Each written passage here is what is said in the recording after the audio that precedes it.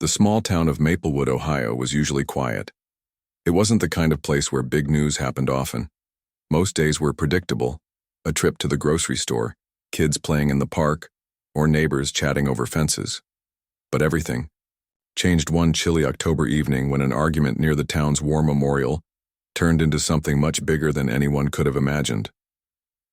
Daniel Carter lived on the outskirts of Maplewood. He had served 3 tours overseas in the Army and returned home 2 years ago. Life after service hadn't been easy for him. Like many veterans, he struggled to adjust to civilian life. The nights were long, and sleep didn't come easily. Sometimes he would wake up sweating, reliving moments from the battlefield that he wished he could forget. Despite these challenges, Daniel tried hard to find purpose again. He worked odd jobs around town and spent his free time volunteering at the local Veterans Center. On this particular evening, Daniel decided to take a walk through the park to clear his mind. The air smelled crisp, and the leaves crunched under his boots as he strolled along the path. As he approached the war memorial, a tall stone structure engraved with names of soldiers who had given their lives, he noticed a group of teenagers gathered nearby. At first he thought they might be paying respects, but then he saw what they were doing. They weren't being respectful at all. Instead, they were spray painting graffiti onto the base of the monument and laughing loudly. Daniel stopped in his tracks, feeling anger rise inside him. The memorial wasn't just a statue. It represented sacrifice. His brother Matthew had died serving in the same unit Daniel once led. Every name carved into that stone meant something to someone: a family left behind, dreams unfulfilled, lives cut short. Watching these kids treat it so carelessly made his blood boil. "Hey," Daniel called out, his voice firm and commanding. "What do you think you're doing?" The teenagers froze, startled by his sudden appearance. One of them, a lanky boy with messy blonde hair, stepped forward. This was Kyle Bennett, the ringleader of the group. Kyle smirked, clearly unimpressed by Daniel's tone. "What's it to you, old man?" he shot back. "This is a memorial," Daniel said, taking a step closer. "It honors people who gave their lives for this country. You don't get to destroy it." Kyle rolled his eyes dramatically. "Oh, come on, it's just a stupid statue. Nobody cares about this stuff anymore." That comment hit Daniel like a punch to the gut. Just a stupid statue. He clenched his fists, trying to keep his temper in check. "You're wrong," he said through gritted teeth. "People care. I care. And you should too." But Kyle wasn't listening. He turned to his friends, laughing nervously. "Can you believe this guy? Acting like we committed some huge crime." Then, turning back to Daniel, he added mockingly, "Maybe you should go fight another war instead of bothering us." Something inside Daniel snapped. Without thinking, he lunged forward and grabbed Kyle by the arm, pulling him away from the memorial. Kyle stumbled backward, losing his balance and falling onto the ground. For a moment, everything went silent. The other teenagers stared wide-eyed, unsure of what to do next. Kyle scrambled to his feet, clutching his elbow, which had scraped against the pavement. "You can't touch me," Kyle shouted, pointing an accusatory finger at Daniel. "I'm calling the cops." Daniel took a deep breath, realizing what he'd done. He hadn't meant to hurt the kid, just stop him from ruining something sacred. Still, he knew how it looked. Before he could say anything else, the sound of sirens pierced the night air. Someone must have already called the police. When the officers arrived, they quickly assessed the situation. Though Daniel tried explaining why he intervened, the damage was done. Kyle's arm was red and scraped, and his parents showed up shortly after, furious. By the end of the night, Daniel found himself handcuffed and placed in the back of a squad car. As he sat there, staring out the window at the flashing lights, he couldn't help but feel defeated. How had things spiraled so out of control? News of the incident spread fast. Social media lit up with posts about the confrontation. Some people sided with Daniel, praising him for defending the memorial. Others criticized him, saying he used excessive force against a teenager. Within days, Kyle's parents announced they were filing a lawsuit against Daniel, demanding not only financial compensation, but also a public apology.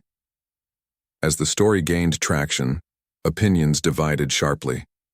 Veterans groups rallied behind Daniel, organizing fundraisers to cover his legal fees. Meanwhile, youth advocacy organizations condemned his actions, arguing that no adult should physically confront a minor, regardless of the circumstances. The debate grew louder, drawing attention from national news outlets. Reporters descended upon Maplewood, eager to capture interviews and footage of the unfolding drama. For Daniel, the pressure mounted. Friends and acquaintances avoided him, unsure of what to say. Even his boss suggested taking a leave of absence until the trial concluded. Alone in his modest home, Daniel replayed the events in his mind over and over. Had he overreacted? Could he have handled the situation differently? These questions haunted him, but beneath the doubt lay a stubborn conviction. The memorial mattered. It mattered deeply. The day of the trial arrived sooner than expected. Courtrooms weren't typically packed in Maplewood, but today was different. Dozens of people filled the benches, locals curious about the outcome, reporters scribbling notes, and supporters on both sides of the case. Daniel walked in wearing his best suit, though it hung loosely on his frame. His lawyer, Emily Dawson, greeted him with a reassuring smile. She had prepared him well, but nothing could fully ease the nerves gnawing at his stomach. Across the aisle sat Kyle and his family. Kyle's father glared at Daniel, while his mother dabbed at her eyes with a tissue. Their expressions radiated anger and determination. Daniel avoided looking at them directly, focusing instead on the judge's bench ahead. Judge Harper entered the room, calling for order. With a gavel strike, the proceedings began. Throughout the morning, witnesses testified. Neighbors described hearing raised voices near the memorial. Police officers recounted finding Daniel holding Kyle's arm. Experts debated whether the memorial held historical significance or merely symbolic value. Each piece of evidence seemed to pull the narrative in opposite directions, leaving the jury and the audience more confused than ever. Finally, it was time for closing arguments. Kyle's attorney painted Daniel as a relic of the past, unable to adapt to modern values. "We live in a world where symbols evolve," she argued passionately. Mr. Carter refuses to accept that change, resorting to violence when challenged. Emily countered with equal fervor. "This isn't about clinging to outdated ideals," she said, gesturing toward Daniel. "It's about respecting those who sacrificed everything so we could stand here today. My client acted out of love for his country and sorrow for his brother, whose name is etched on that very memorial." The courtroom buzzed with murmurs as Judge Harper adjourned for lunch. Outside, reporters swarmed Daniel and Emily, firing questions, faster than they could answer. Cameras flashed, capturing every expression, every word. Through it all, Daniel remained composed, though exhaustion lingered in his eyes. He knew the battle wasn't over, not by a long shot. Back inside the courthouse, the afternoon session resumed. Tension crackled in the air as Judge Harper addressed Daniel directly.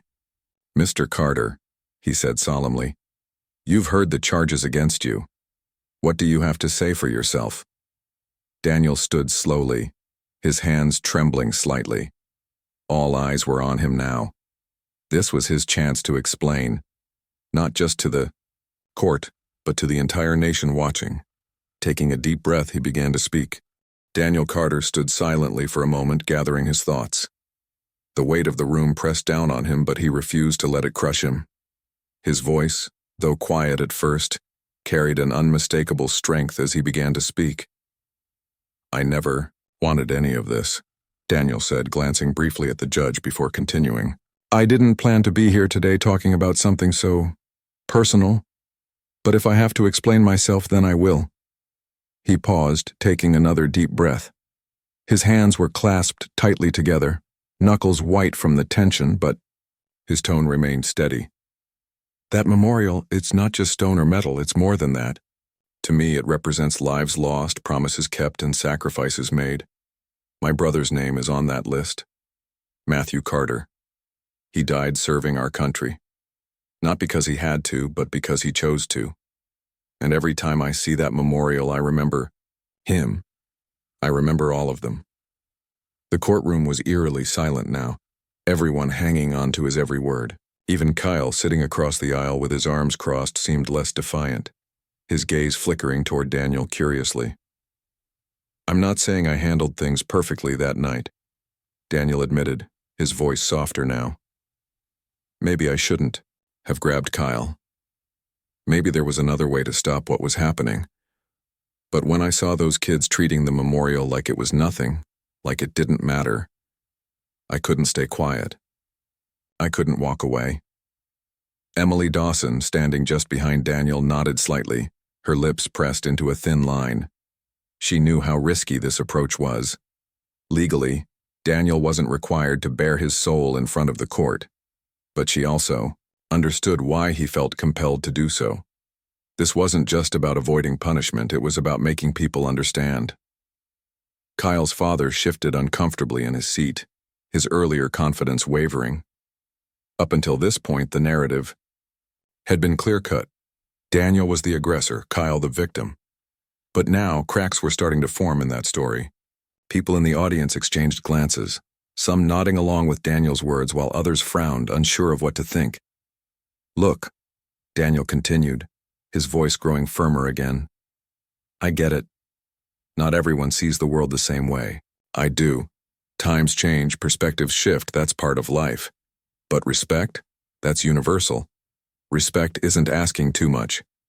Whether you agree with what the memorial stands for or not, whether you think it's important or outdated, you can still show respect. You can still acknowledge that it means something to someone." As he spoke, Daniel's eyes swept across the room, meeting the gazes of those watching him. Some looked away, uncomfortable under his scrutiny, while others held his stare, clearly moved by his sincerity. Rachel Monroe, the journalist covering the trial, scribbled furiously in her notebook, capturing every detail. She had come to Maplewood expecting a routine legal drama, but this was turning into something far more profound. Judge Harper leaned forward slightly, his expression unreadable. He had heard countless testimonies during his career, but there was something different about this one, something raw and honest. It wasn't rehearsed or polished, it was real. When Daniel finished speaking, the silence lingered for several seconds. Then Kyle's attorney rose to her feet, ready to counter his emotional appeal with cold logic. "Your Honor," she began, addressing the judge directly, "while Mr. Carter's words may tug at heartstrings, they don't negate the facts of the case.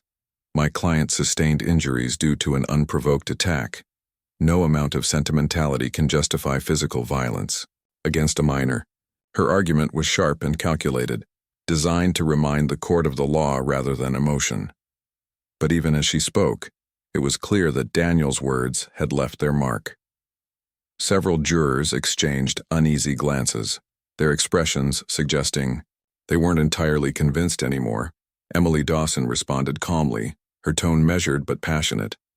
"Respectfully, Your Honor, we're not disputing the events of that night.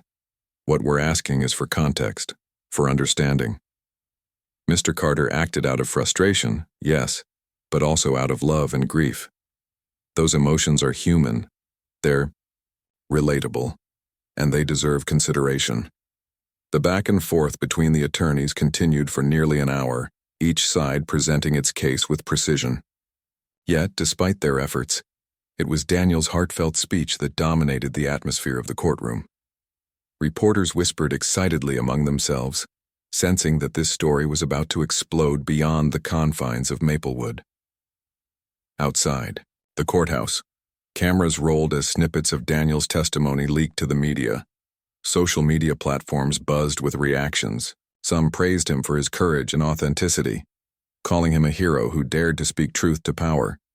Others criticized him, accusing him of using emotional manipulation to sway public opinion. Regardless of where people stood, one thing was certain. Daniel Carter had ignited a national conversation. Back inside, Judge Harper called for a recess before delivering his verdict. As the courtroom emptied, Daniel sank into his chair, exhausted but resolute. Emily placed a reassuring hand on his shoulder. "You did well," she said softly. "Whatever happens next, you've already made an impact." Daniel managed a small smile, though his mind was racing. He wondered if his words would truly make a difference or if they would simply fade away once the headlines moved on to the next big story. For now, all he could do was wait. During the break, Rachel approached Daniel cautiously. "Mr. Carter?" she asked, holding up her press badge. "I'm Rachel Monroe with National Weekly. Would you mind answering a few questions?" Daniel hesitated, unsure of how much more he could give after such an emotionally draining day. But something in Rachel's demeanor put him at ease. She wasn't pushy or aggressive like some of the other reporters. Instead, she seemed genuinely interested in understanding his perspective. "Sure," Daniel replied, gesturing for her to sit. "What do you want to know?" Over the next 20 minutes, Rachel listened intently as Daniel opened up about his experiences in the military, the challenges of returning home, and the pain of losing his brother. He spoke candidly, without pretense or embellishment. By the end of their conversation, Rachel knew she had stumbled upon something extraordinary, a story that transcended politics and generational divides, touching on universal themes of loss, respect, and reconciliation. When the session resumed, Judge Harper delivered his ruling. After careful deliberation, he announced, "This court finds Daniel Carter liable for assault. However, given the circumstances and his willingness to express remorse, no jail time will be imposed. Mr. Carter must pay restitution and complete 50 hours of community service." The decision drew mixed reactions.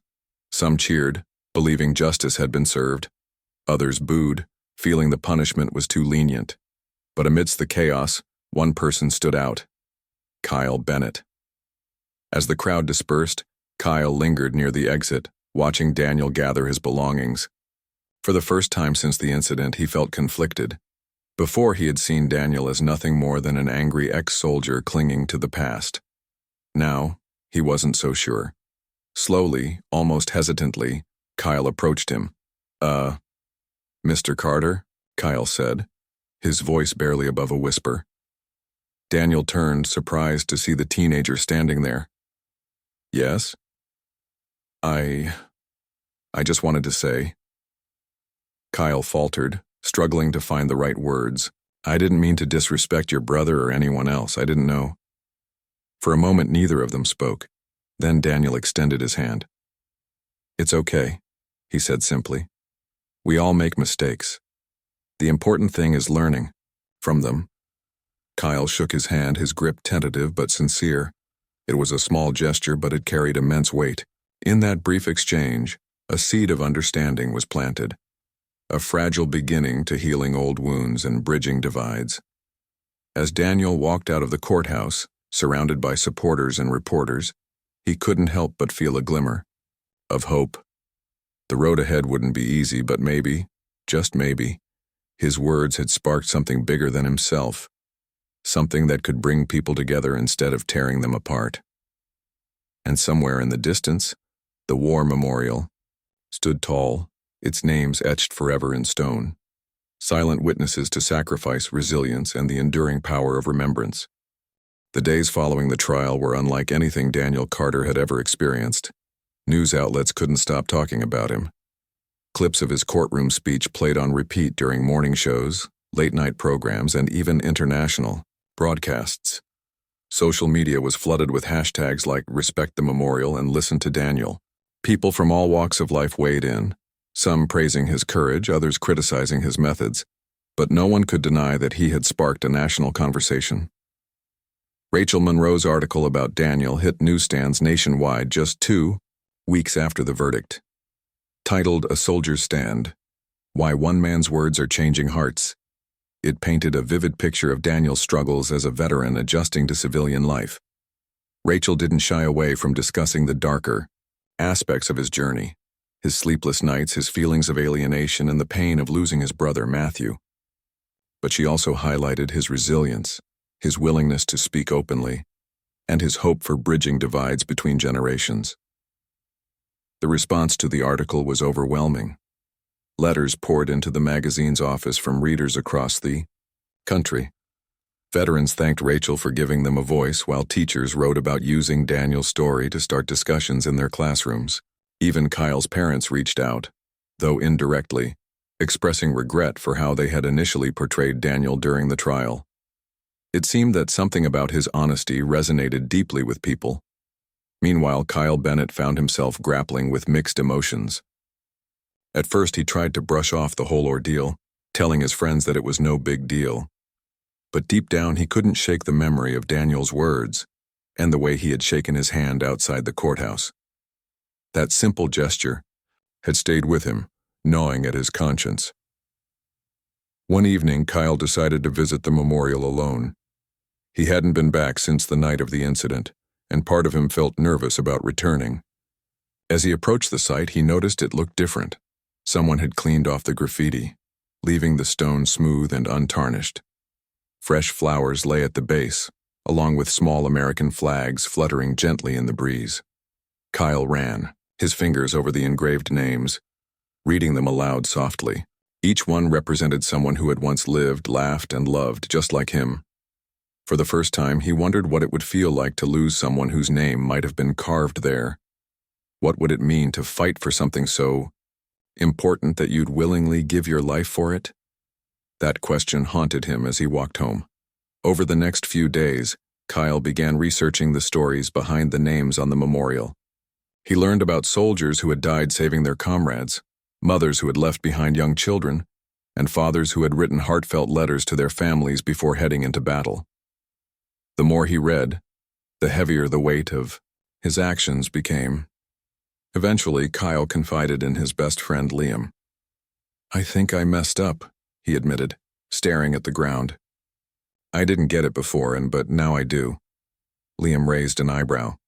"Get what?" "That memorial." "It's not just a statue," Kyle said slowly. "It's real. Those people mattered, and I treated it like it was nothing." Liam nodded, thoughtfully. "So, what are you going to do about it?"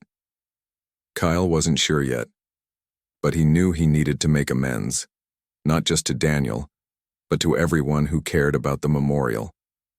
With Liam's encouragement, he signed up for a local volunteer program dedicated to restoring historical sites around town. His first assignment? Helping repaint the fence surrounding the memorial park. As word spread about Kyle's involvement, reactions varied. Some people praised him for taking responsibility, while others remained skeptical, believing it was too little too late. Still, Kyle pressed on, determined to prove that he had changed. Slowly but surely, his efforts began to win over even the most critical members of the community. Back in Daniel's world, things were shifting too. Invitations started arriving from schools, community centers, and veterans organizations asking him to share his story. At first, Daniel hesitated. Public speaking wasn't his strong suit, and he worried about being misinterpreted again. But Emily Dawson encouraged him to embrace the opportunity.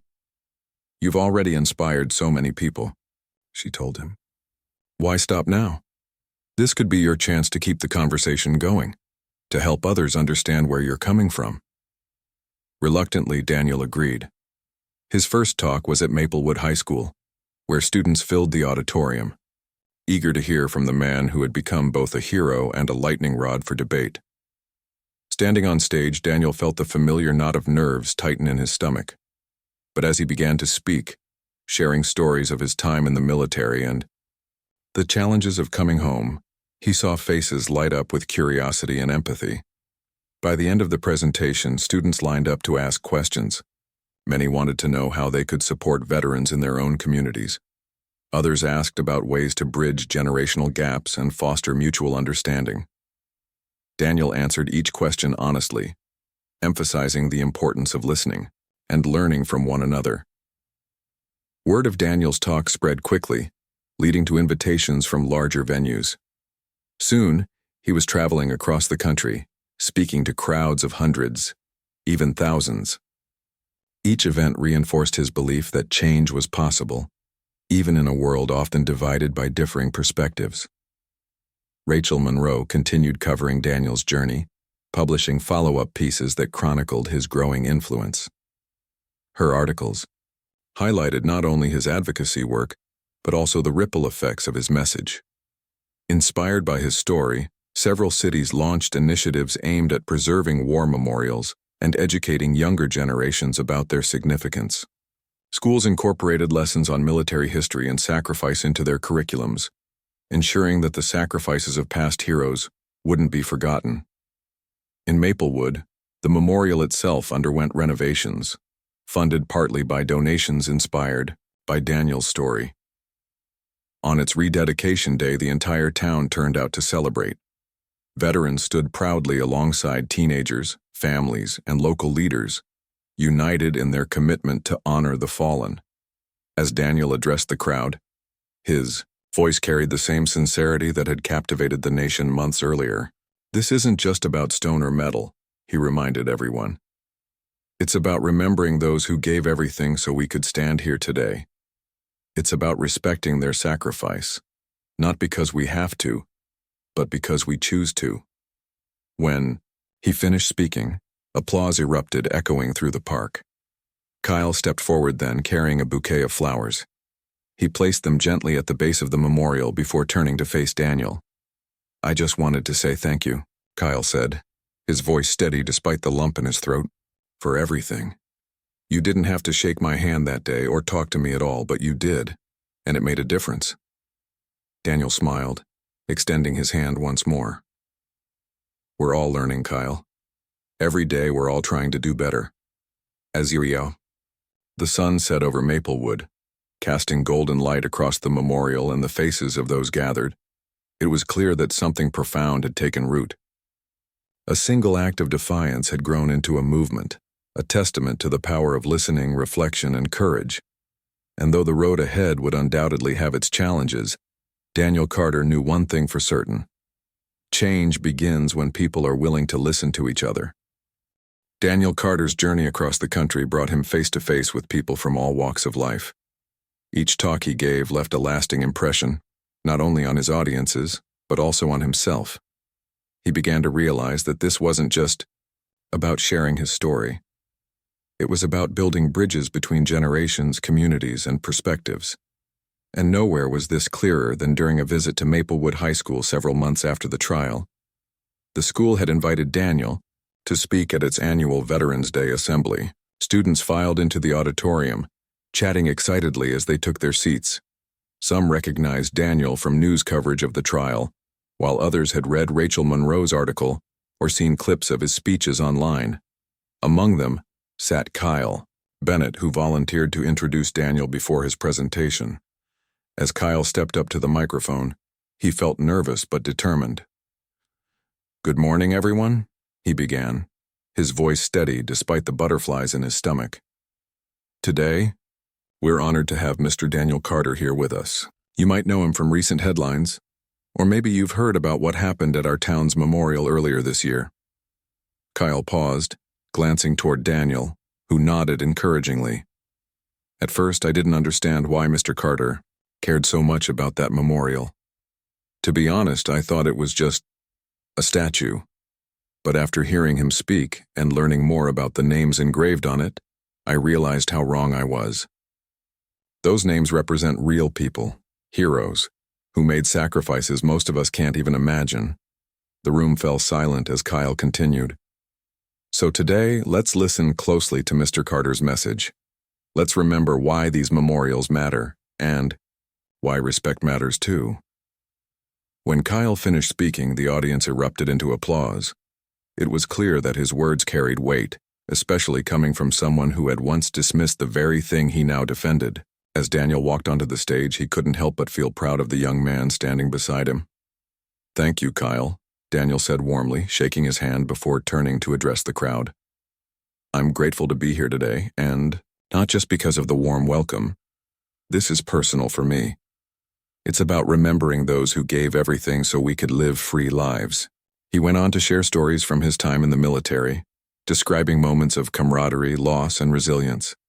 He spoke about his brother Matthew, whose name was etched on the memorial back home, and how losing him had shaped his perspective on sacrifice. His tone was conversational yet powerful, drawing listeners in with every word. "I won't pretend to have all the answers," Daniel admitted, pacing slowly across the stage. "But one thing I do know is this. Understanding starts with listening. When I confronted Kyle that night, I wasn't trying to teach him a lesson. I just wanted him to stop disrespecting something sacred. Looking back, maybe I should have handled it differently. Maybe I could have explained instead of reacting. Pausing, Daniel scanned the room, making eye contact with students scattered throughout the auditorium. Here's the thing. We're all human. We make mistakes. What matters isn't perfection, it's growth. If we can learn from our mistakes, if we can open our hearts to new perspectives, we'll be better for it. By the time Daniel finished speaking, the room was buzzing with energy. Hands shot up eagerly when he opened the floor for questions. One student asked how veterans deal with PTSD, while another wondered how civilians can support those returning from service. Daniel answered each question honestly, offering practical advice alongside heartfelt encouragement. Kyle raised his hand near the end of the Q&A session. "Mr. Carter," he said, standing slightly to make himself heard, "how can someone like me, someone who messed up, make a difference?" Daniel smiled, clearly moved by the sincerity of Kyle's question. "You already are," he replied, "by volunteering to restore the memorial, by learning about the names engraved on it, and by having the courage to stand here today. You're showing others that change is possible. That's how you make a difference. One step at a time." After the assembly ended, dozens of students approached Daniel to thank him personally. Many expressed interest in joining volunteer programs or starting initiatives to honor veterans in their own communities. Kyle lingered behind, waiting until the crowd thinned out before approaching Daniel again. "I meant what I said up there," Kyle told him earnestly, "about making a difference. I don't want anyone else to feel the way I did, like they didn't understand why something mattered." "You're already doing great work," Daniel assured him, placing a hand on his shoulder. "Keep going. Keep learning. And keep reminding people that respect costs nothing but means everything." Over the next few weeks, Kyle threw himself into organizing projects around Maplewood. With help from local veterans groups, he spearheaded efforts to create educational materials about the memorial and its history. Posters featuring photos of fallen soldiers were displayed in classrooms and libraries, accompanied by short biographies written by students. The initiative sparked conversations among peers and parents alike, fostering a deeper appreciation for the sacrifices represented by the monument. Meanwhile, Daniel's advocacy work gained momentum nationwide. Schools and organizations began adopting similar programs inspired by his message. Rachel Monroe documented these developments in her latest article, titled "From Conflict to Connection: How One Town Inspired a Movement." She highlighted not only Daniel's role as a catalyst for change, but also Kyle's transformation from critic to advocate. Back in Maplework, the bond between Daniel and Kyle continued to grow. They met regularly to discuss ideas for future projects, often joined by Emily Dawson, who provided legal guidance on preserving historical sites. Together, they formed a committee dedicated to ensuring that the memorial, and others like it, would remain protected and respected for generations to come. One evening, as they stood together near the restored monument, Daniel reflected on how far they'd come since that fateful night. "It's funny," he mused, gazing at the names etched in stone. "I never imagined any of this would happen. All I wanted was for people to care, to understand why this place matters. And they do now," Kyle added, smiling faintly. "Because of you?" Daniel shook his head. "Not just me. You played a big part too. Without your willingness to listen and to act, we wouldn't be here." As the sun dipped below the horizon, casting long shadows across the park, both men felt a sense of peace. Though challenges remained, they knew they had planted seeds of understanding that would continue to grow. And in a world often divided by differences, that unity, a shared commitment to honoring the past while working toward a better future, felt like victory enough. For Daniel Carter, the journey had been difficult, but rewarding. For Kyle Bennett, it had been transformative. Together, they proved that even in moments of conflict, connection and growth were possible. And as their story spread across the nation, it served as a reminder that respect, empathy, and courage could bridge even the widest divides. As weeks turned into months, the impact of Daniel Carter's message continued to ripple through Maplewood and beyond. What had started as a single act of defiance near the war memorial had grown into something far greater, a movement fueled by respect, understanding, and collaboration. People from all corners of the town came together to ensure that the sacrifices of the past were honored and remembered. The volunteer program, spearheaded by Kyle Bennett, became one of the most successful initiatives in recent memory. Students, parents, and veterans worked side by side every weekend, restoring not only the memorial, but also other neglected areas of the park. They planted trees, repaired broken benches, and even installed new plaques explaining the history behind each name engraved on the monument. These efforts transformed the space into a vibrant gathering place where people could reflect, learn, and connect. Daniel often joined the volunteers, lending a hand whenever he wasn't traveling for speaking engagements. He found joy in working, alongside young people like Kyle, who were eager to make amends and contribute positively to their community. Their energy reminded him of his own days in the military, the camaraderie, the sense of purpose, the belief that teamwork could overcome any obstacle. One Saturday morning, as the sun rose over the park, Daniel arrived early to help set up for the day's activities. Kyle was already there, clipboard in hand, organizing tasks for the volunteers.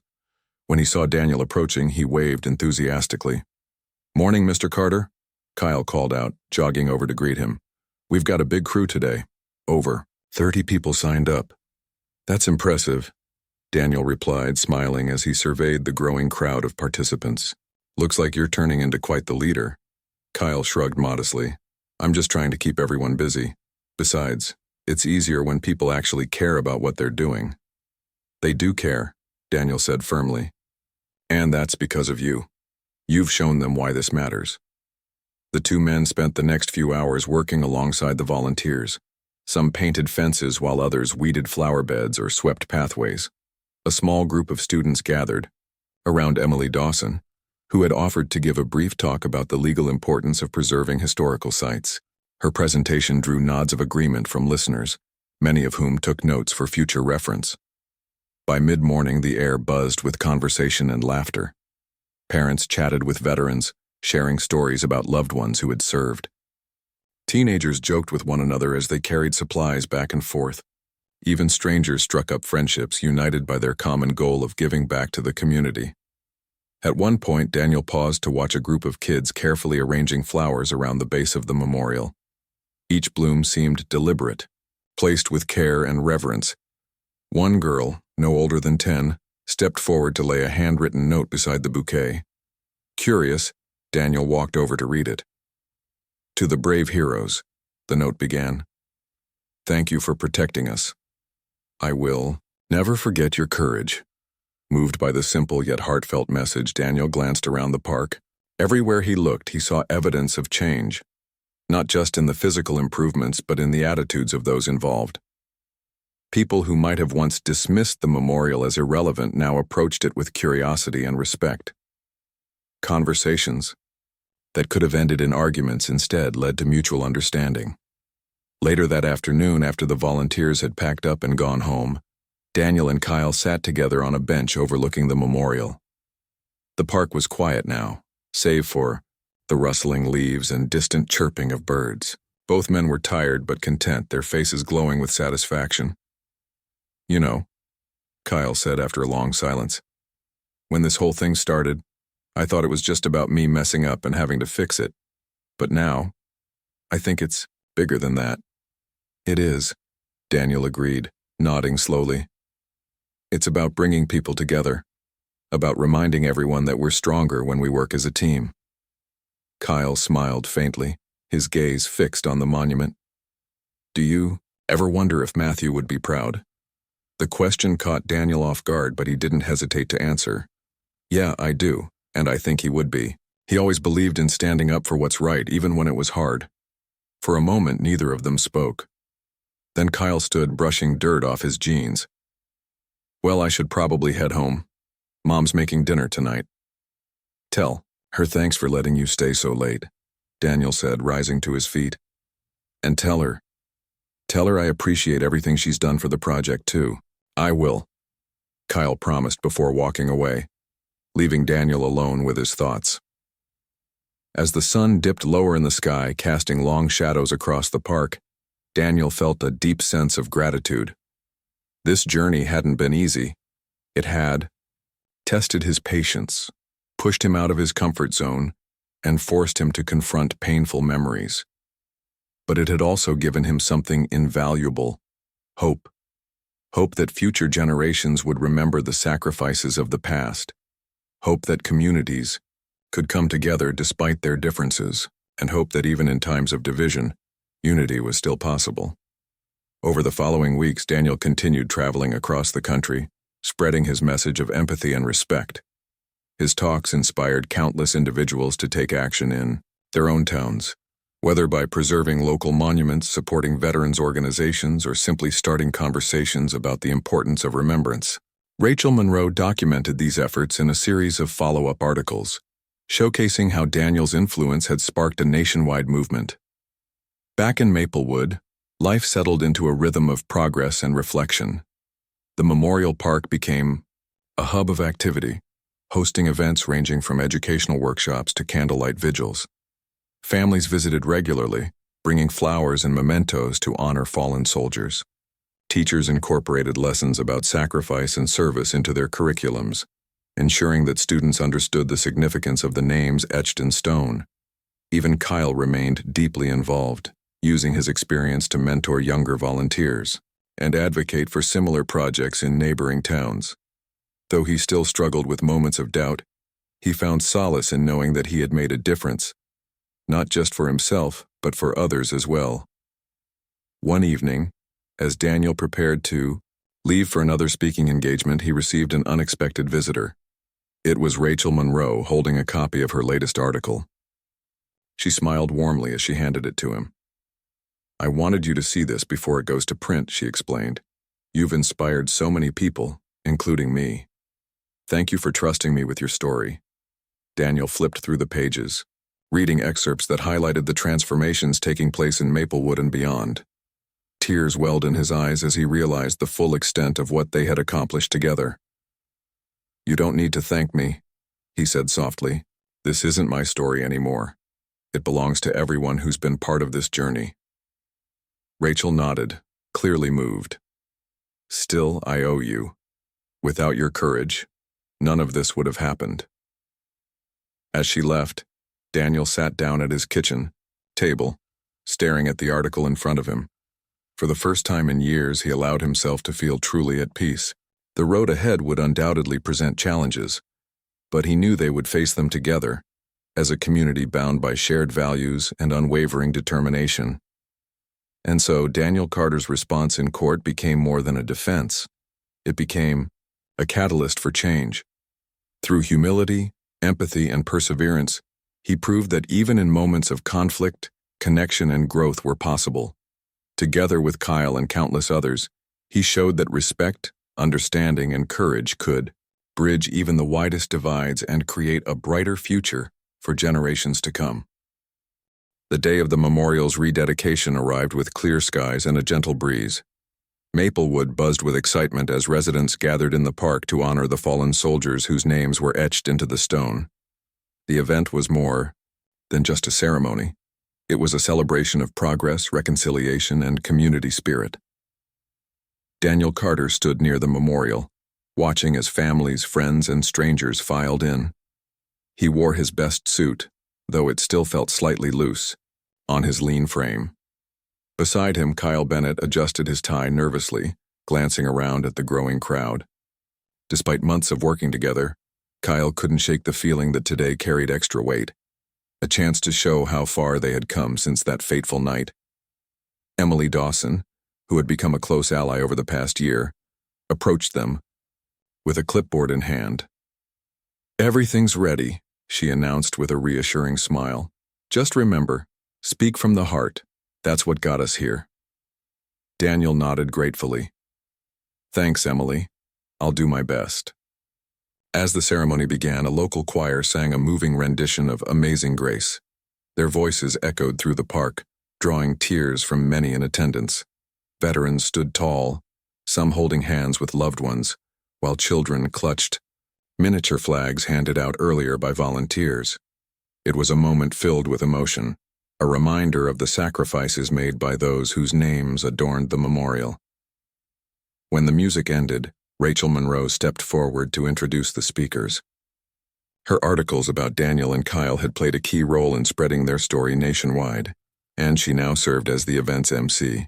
Today, she began, her voice steady and warm, we gather not only to honor the brave men and women who gave everything for our freedom, but also to celebrate the power of understanding, respect, and collaboration. This memorial stands as a testament to their sacrifice and to the unity we've built together. Applause rippled through the crowd as Kyle took the stage next. He cleared his throat, gripping the edges of the podium tightly. For a moment, he hesitated, searching for the right words. Then, taking a deep breath, he began to speak. When this all started, Kyle admitted, his voice tinged with vulnerability, I didn't understand why the memorial mattered so much. To me, it was just a statue. But then I met Mr. Carter, and he helped me see things differently. He taught me that these names aren't just carved in stone, they represent real people who lived, loved, and sacrificed everything for us. Kyle paused, looking out at the audience. I'm sorry for what I did that night. I'm sorry for disrespecting something so sacred, but I'm also grateful for the lessons I've learned, for the friendships I've made, and for the opportunity to help restore this place. Because now I know, respect isn't just about saying you care, it's about showing it, through your actions, your choices, and your willingness to listen. The crowd erupted into applause, many rising to their feet. Tears streamed down faces, as parents hugged their children and veterans exchanged knowing nods. Kyle stepped back, visibly relieved but proud of himself for sharing his truth. Then it was Daniel's turn. As he walked to the podium, the noise faded into silence. Every eye in the park was on him, waiting to hear what he would say. For a moment, he simply stood there, letting the weight of the moment settle over him. I never expected any of this, Daniel began, his voice calm but filled with emotion. When I came home from the military, I thought my job was done, that I'd already given enough. But life has a way of teaching us otherwise. Sometimes the hardest battles don't happen on the battlefield. They happen here, at home, within ourselves and between each other. He paused, scanning the faces before him. What happened at this memorial wasn't just about me or Kyle. It was about all of us. About how we treat the things that matter, the people we love, and the memories we hold dear. It was a wake-up call, a reminder that respect costs nothing but means everything. Daniel's gaze lingered on Kyle, who smiled faintly from his seat. Change doesn't happen overnight, Daniel continued. It takes time, effort, and courage. But if we're willing to listen, if we're willing to learn, we can build bridges instead of walls. We can honor the past while working toward a better future. By the time Daniel finished speaking, the entire park seemed to exhale collectively. Applause thundered through the air, lasting long after he returned to his seat. People cheered, not just for Daniel or Kyle, but for the journey they represented, a path from conflict to connection, from division to unity. After the speeches, the ceremony concluded with a wreath-laying ritual. Veterans, students, and community leaders placed flowers and flags at the base of the memorial, paying tribute to those who had given their lives. A young girl stepped forward shyly, clutching a handmade card decorated with stars and stripes. She laid it gently beside the offerings, whispering, "Thank you." As the sun dipped below the horizon, casting a golden glow over the park, the crowd began to disperse. Families lingered, taking photos and sharing stories. Some stayed behind to clean up, ensuring the space remained pristine. Others simply sat, quietly, reflecting on the significance of the day. Daniel and Kyle found themselves alone near the memorial once again. They stood side by side, neither speaking, both lost in thought. Finally, Kyle broke the silence. "Do you think we'll ever stop learning?" he asked, half joking but genuinely curious. No, Daniel replied without hesitation. And that's a good thing. Life keeps teaching us, even when we think we've figured it all out. Kyle chuckled softly. Well, I guess I've still got a lot to learn. So do I, Daniel admitted, smiling warmly. But as long as we keep trying, we'll be okay. They shared a quiet laugh before shaking hands firmly, one final gesture of mutual respect and gratitude. Though their individual journeys were far from over, they knew they had created something lasting together, a legacy of empathy, understanding, and hope. In the weeks and months that followed, Daniel continued traveling across the country, sharing his message with anyone willing to listen. Schools adopted programs inspired by Maplewood's volunteer efforts, and communities rallied around their own memorials, ensuring they were preserved and cherished. Rachel Monroe published a book chronicling the entire journey, titled From Conflict to Connection: How One Town Changed a Nation. It became a bestseller, inspiring readers worldwide to reflect on the importance of respect and remembrance. Back in Maplewood, life returned to its usual rhythm, but with a renewed sense of purpose. The Memorial Park remained a vibrant gathering place, hosting events and serving as a reminder of what could be achieved when people came together. Kyle graduated high school that spring, earning recognition for his leadership and commitment to service. He planned to study history in college, determined to preserve the stories of those who had shaped the nation. For Daniel, the experience marked a turning point. While the scars of war and loss would always remain, he found solace in knowing he had made a difference, not just for himself but for others too. The friendships he had forged, the lives he had touched, and the unity he had helped create were testaments to the resilience of the human spirit. On quiet evenings, Daniel often visited the memorial alone, sitting on a nearby bench to watch the sunset. Each visit reminded him of how far they had come and how much farther they could go. The engraved names no longer felt like distant echoes of the past. They were reminders of promises kept and dreams fulfilled. And so, Daniel Carter's response in court became more than a defense.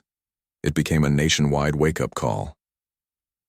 Through humility, empathy, and perseverance, he proved that even in moments of conflict, connection, and growth were possible.